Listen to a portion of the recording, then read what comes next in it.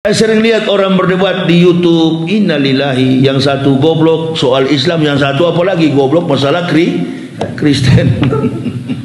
Repot dengan kepulangan Habib Rizik. Innalillahi. Wah, jidatnya sampai mana ini, mau gambarkan bulat hitam begini. Iya. Orang itu juga, orang Libanon juga itu. Setiap tampil di ILC, Masya Allah, bulat sekali, hitam jidatnya. Kalau bicara, memang betul-betul penjilat itu wataknya, mukanya kayak betul kalau lihat ya. Maulaya salli wa sallim daiman abada ala habib. Mengerti tentang Isa dulu antum, baru paham tentang Muhammad. Anda tidak mengerti tentang Nabi Isa, di luar sana bukan sedikit saudara kita dimurtadkan karena kebodohan, tidak berpengetahuan tentang Nabi Isa. Nabi Isa sendiri berkata, Inna Allaha Rabbi wa Rabbukum. Sesungguhnya Tuhanku adalah Tuhanmu juga, kata Al-Masih. Isa bin Maryam rohul lillahi wa kalimatullah. Isa anak Maryam ditiupkan dari ruh dan dialah kalimatullah. Kenapa disebut kalimatullah? Dalam bahasa Kristen teologis disebut logos, firman yang menjadi manusia. Di dalam Islam kalamullah. Kenapa disebut kalamullah? Karena Al-Masih tidak membawa wahyu dalam bentuk kitab buku. Dia membawa wahyu melalui lisannya yang cerdas, yang diteteskan hikmah oleh Allah Subhanahu wa Ta'ala. Jadi sampai botak kepala orang kafir untuk menyusuri naskah asli Injil tidak pernah ada dalam bentuk kita. Nanti datang di abad ke-5, abad ke-6, diutuslah sosok Nabi Ahmad bin Abdullah Rasulullah Muhammad Sallallahu Alaihi Wasallam. Barulah Injil itu terbukukan. Di mana? Surat Maryam. Kalau Kristen betul-betul pengikut Isa, kitab Kristen nggak ada kitab berjudul Isa, apalagi ibunya. Lalu Nabi Isa itu milik siapa? Milik Kristen atau milik Islam? Yang betul aja. Isa itu milik agama Kristen atau agama Islam? Agama Islam. Baru sadar pagi ini. Allahu Akbar. Lalu beberapa puluh tahun ke belakang belum sadar. Ini yang perlu datang ke Taranumin Nangiko. Memang dari dulu nggak sadar. Itu yang saya bilang tadi, pondasi Islam kita ini memang lemah. Saya sering lihat orang berdebat di YouTube, innalillahi, yang satu goblok soal Islam, yang satu apalagi goblok masalah Kristen.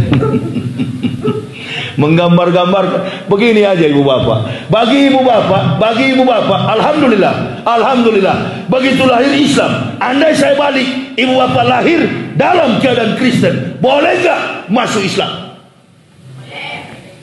Boleh nggak masuk Islam? Boleh. Tapi ibu bapak punya kemampuan di atas profesor dulu. Memangnya gampang dapat hidayah itu. Makanya tadi kan pagi beriman sore menyangkal, Ustadz katakan. Nggak percaya mbok kalau antum bisa masuk Islam. Nggak percaya. Orang kafir saja di luar sana sudah bergelar doktor, profesor. Iya ibu bilang percaya karena ibu sekarang sudah Islam. Sedangkan sudah Islam pun banyak yang munafik. Ibu nonton nggak kemarin waktu acara Indonesia Lions Club? Indonesia Lions Club. Ada ibu dari Israel namanya Irma Caniago. Disinggung nggak? Itu ngaku Islam, Masya Allah, dia tutup pembicaraannya dengan salam Islam. Itu orang Yerusalem, Irma Caniago. Orang mana itu Pak Ir? Jangan bantah bu sama saya. Saya ini orang yang meneliti. Jangan bantah. Lebih baik duduk aja diam di situ. Alhamdulillah Ustadz, bersyukur kami lahir Islam. Begitu aja, jangan bila ibu bilang bisa. Nggak ada yang pasti dalam Islam ini. Insyaallah. Kalau jawab begitu saya senang sekali. Jangan bilang bisa, insyaallah. Antum masuk surga? Insyaallah. Antum Muslim? Yes. 100% I'm Muslims. 100% saya Muslim. Itu nggak ada pakai insyaallah. Kalau ditanya Anda beriman, ya saya Muslim 1000%, 100% saya Muslim. Apakah Anda masuk surga? Insyaallah. Karena segala keputusan kebaikan perjalanan kehidupan kita tak ada yang pasti, dan orang Islam hebatnya apa? Tidak pernah pasti, selalu insyaallah. Ini ajaran ini lama saya renungkan, satu kata insyaallah ini lama saya renungkan. Bagi orang kafir seperti tadi, bisa pasti di dalam Yesus segalanya pasti masuk surga. Samalah dengan jawaban tadi, bisa. Di dalam Yesus ada juru selamat. Maaf ya kafir, di Islam gak ada juru selamat. Cari selamat masing-masing, sedangkan selamat belum tentu selamat. Gak menjamin. Kita sekarang duduk di sini, ibu bapak di bawah, gak jadi ukuran mana lebih hebat antara ustadz dan jamaah. Gak jadi ukuran. Saya kan baru bilang tadi, dulu Pak Maruf kiai, sekarang jadi wapres. Setelah sudah jadi wapres, nggak ada yang kok jarang muncul di TV, cuma dijadikan sebagai dompleng untuk mendongkrak suara. Raja Al sekarang tidak berarti apa-apa di samping Jokowi.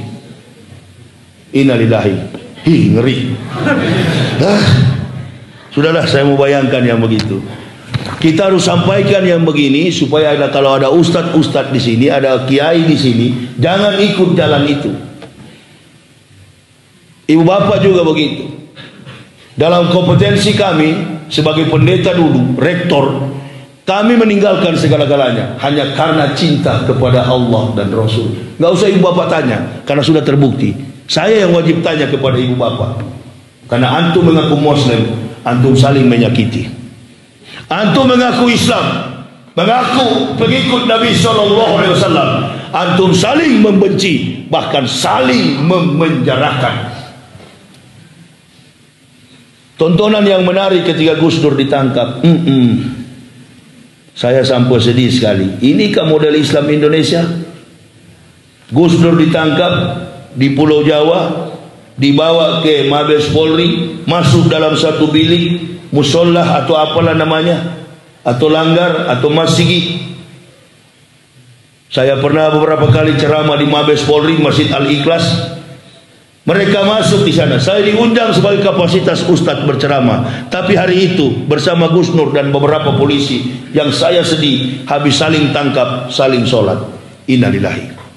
Yang bertepuk tangan siapa itu? Yang bertepuk tangan siapa? Iblis dan kafir. Jadi sholat sudah dapat dipastikan tidak khusyuk. Padahal keberuntungan orang beriman itu pada waktu sholat qad aflahal mu'minun alladzina hum fi sholatihim khashi'un walladzina hum 'anil laghwi muridun walladzina hum fil zakatihim fa'ilun walladzina hum li furujihim hafizun. Terlindung antara aspek jasmania, ruhania. Kenapa? Khusyuk. Kalau begini nggak khusyuk. Ini kalau Gus Nur lari jebol, lepas tawanan kita, pasti ada di pikiran begitu. Padahal sholat yang khusyuk itu ketika kita membaca takbir, membaca niat kita, kemudian kita membaca doa iftitah. Qul inna sholati wa nusuki wa mahyaya wa mamati lillahi rabbil alamin. Sudah tidak hidup lagi kalau sudah takbir Allahu Akbar, bukan berpikir hidup, tapi pikirnya akan mati. Tapi waktu itu nggak khusyuk, pasti saling curiga. Imamnya di depan, kafir dan iblis lihat-lihat. Nah, berhasil kita. Tangkaplah narapidana, masih banyak di luar sana. pelaku-pelaku kejahatan. Itu Harun Masiku belum sampai hari ini belum ditangkap. Repot dengan kepulangan Habib Rizik. Innalillahi. Wah, jidatnya sampai mana ini mau gambarkan, bulat hitam begini. Iya. Orang itu juga, orang Libanon juga itu. Orang mana itu kira-kira? Nah, orang mana Pak? Orang mana itu? Hah? Orang mana itu? Oh, bukan Manado, bukan? Oh, bukan. Memang min plusnya banyak di Sumatera Barat ini. Min plusnya banyak ini. Nah, itu. Sasaran setan bukan kepada kafir. Sasaran setan bukan di pintu gereja, bukan di kelenteng, bukan di vihara. Setan bersembunyi di balik jendela-jendela masjid. Untuk apa datang ke gereja? Memang sudah setan semua. Untuk apa datang ke vihara? Sudah kawan semua. Yang belum kawan ini nih harus jadikan kawan. Ya itu tadi Pak. Setiap tampil di ILC, Masya Allah, bulat sekali, hitam jidatnya. Kalau bicara, memang betul-betul penjilat itu wataknya, mukanya kayak betul kalau lihat ya. Penjilat itu. Ini orang-orang penjilat. Masih berani juga menyebut Al-Quran. Innalillahi. Masih lebih bagus saya punya saudara, walaupun dia kafir, liberal, Rocky Gerung, tapi otaknya Islam. Daripada ini ngaku Islam, menyebut ayat, otaknya kafir. Itu. Ini lebih bahaya hukumannya ketimbang orang kafir. Nerakanya orang munafik lebih dalam daripada orang kafir. Disuruh oleh Allah untuk diperangi yang begini, jangan nggak diperangi. Saya lihat kalau dari pihak oposisi seperti debat yang ada di televisi mempersoalkan Habib Rizik akan pulang. Satu mengucapkan, si munafik mengucapkan salam, dia balas. Kalau saya jangan balas. Sudah munafik. Kalau sudah munafik, jangankan sholat, mati pun di dalam Al-Quran tak boleh dikuburkan.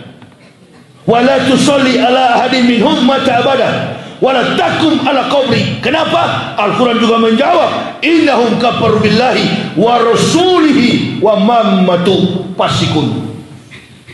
Atau wala 84, wala tusalli, jangan engkau Muhammad, wala tusalli ala ahadin minhum mata abada, jangan engkau mensolatkan Muhammad salah seorang yang mati dari kalangan orang munafik mata abada, untuk selama-lamanya. Wala takum ala qabri, dan jangan berdiri di atas kubur mereka. Artinya jangan mendoakan. Kenapa? Al-Quran juga menjawab, innahum kafaru billahi wa rasulihi wa mammatu fasikun. Karena mereka telah kafir terhadap Allah dan Rasul, mereka mati dalam keadaan fasik. Coba-coba aja satu kali munafik. Kalau saya dari kafir beda lagi. Memang karena keturunan saya kafir, dari oma opa orang tua saya lahir di lingkungan kafir, masih kecil tidak tahu. Setelah berpengetahuan, berilmu, keluar dari situ. Nah ibu bapak, kalau andaikan ibu bapak kafir, ibu bapak dibutuhkan punya kemampuan ilmu di atas rata-rata dulu, baru Allah kasih hidayah. Laqad ansalna ayati mubainatin wallahu yahdi mayasya'u ila siratin mustaqim. Allah kasih hidayah bukan kepada orang bodoh, kepada orang-orang cerdas. Makanya beda orang yang murtad dengan orang yang masuk Islam, beda. Yang murtad itu, murtadin itu hanya karena Indomie. Beras 1 liter murtad, keluar dari Orang-orang yang masuk Islam punya kemampuan intelektualitas di atas rata-rata. Di mana mereka itu? Dan tak perlu orang Islam yakinkan, mereka tahu sendiri Islam.